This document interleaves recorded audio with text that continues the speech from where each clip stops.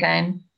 So, as we've heard today with so many people, everything has two parts, the physical and the soul part. And so, in a way, the Earth Council represents what we need to do in our physical life here on this planet and helps to support the way we need to live our lives on this planet and beyond. And so the Earth Council was set up for that purpose. And I'm just going to go through a few of the basic points of the Earth Council, the charter that we set up, and the Constitution, and for people to understand the purpose of why we're here and some of the rules and regulations in the sense of how the Earth needs to operate. But it's with a slightly different way of working. So the Earth Council has been created to guarantee that by giving equal rights to all beings, there shall never be another conflict or war on this planet and beyond, by any and amongst all created beings and citizens. And the end of wars and establishment of peace will be achieved through understanding of the potential of all created beings. The path forward for peace must be to bring the understanding that solutions are achieved through dialogue and elevation of the soul of the opponent, rather than through degradation or demeaning another soul or physical existence. This is the crux of most of what we have to learn on this planet and how we need to live in peace together. This is one of the most important parts of our whole introduction to the Constitution, because it's that conflict resolution and that dialogue that creates the peace and understanding of opposition of our opponents. And that's how we're going to manage to bring peace to the planet. So peace has to be the goal of every move of the existence of every being on the planet. And the Council will be the flag bearer of this motion to create an environment where peace can be achieved on Earth. So peace must be the cornerstone of existence amongst those who are from this planet and or choose to live on this planet, as well as those who are from Earth and choose to live in space. And Earth has to become the cradle for peace, for the evolution of all races.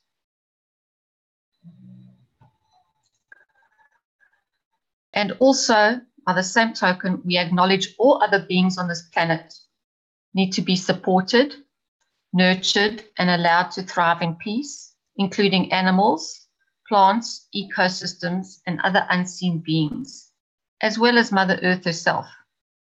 And all will be supported to grow and thrive, as this will in turn enhance the lives not only on this planet, but of the whole of totality, as we acknowledge we are part of the whole.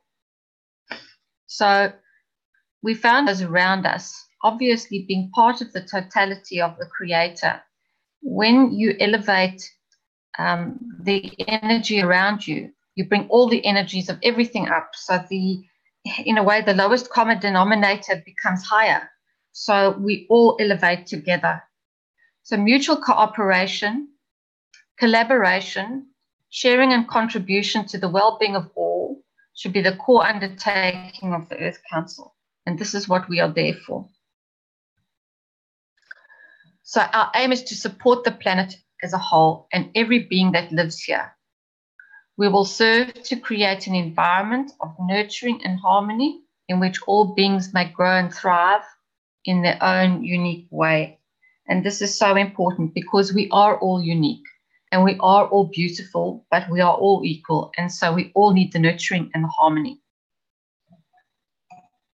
So here are our many expressions of the freedoms that we wish to bring to the planet.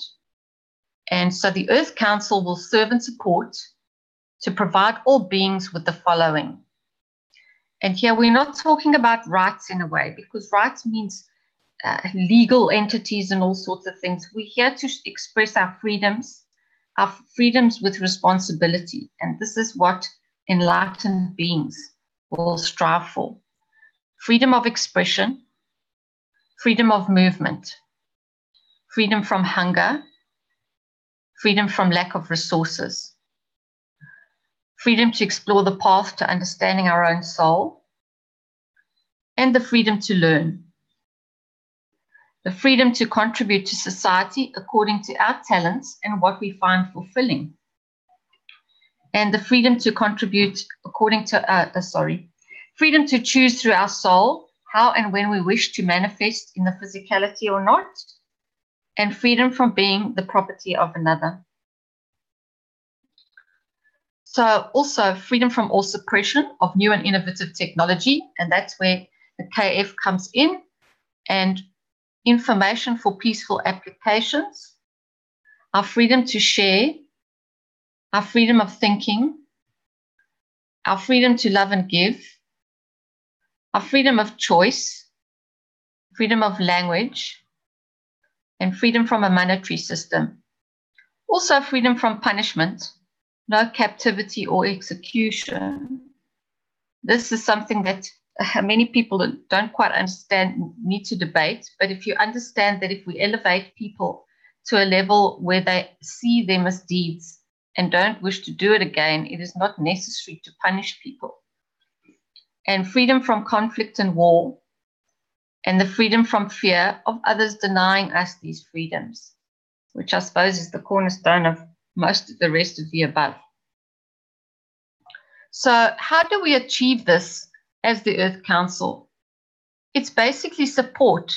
And so we're giving people tools, not rules. You know, rules don't seem to have worked for thousands of years. You give people rules and they seem to want to break them. But if we create enlightened beings with support, practical support, material support, educational support, and we create these wonderful, aware, responsible people who can serve to bring us to a more enlightened future, that is the way that the Earth Council will bring the next cycle to the planet. And so we're not here to dictate, we're here to help and support. So the next cycle of humanity will be created by us. And so we need to learn that there's no limit to the beauty when we create by giving and serving, because giving and serving is what it's all about. That is how creation can actually come about. And so we need to see beyond the limitation of our current situation. And as the Earth Council, we will help to create the action through positioning ourselves to give, and the rest will follow. And I think this is something that all of us in our own way can manage to achieve in our lives and for everybody around us.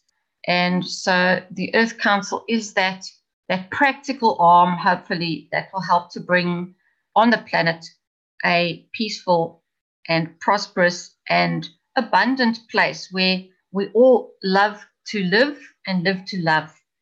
And so I hope that gives you a small understanding of what the Earth Council is all about, and that hopefully this will be our mission in life, to serve and to bring these things to the planet.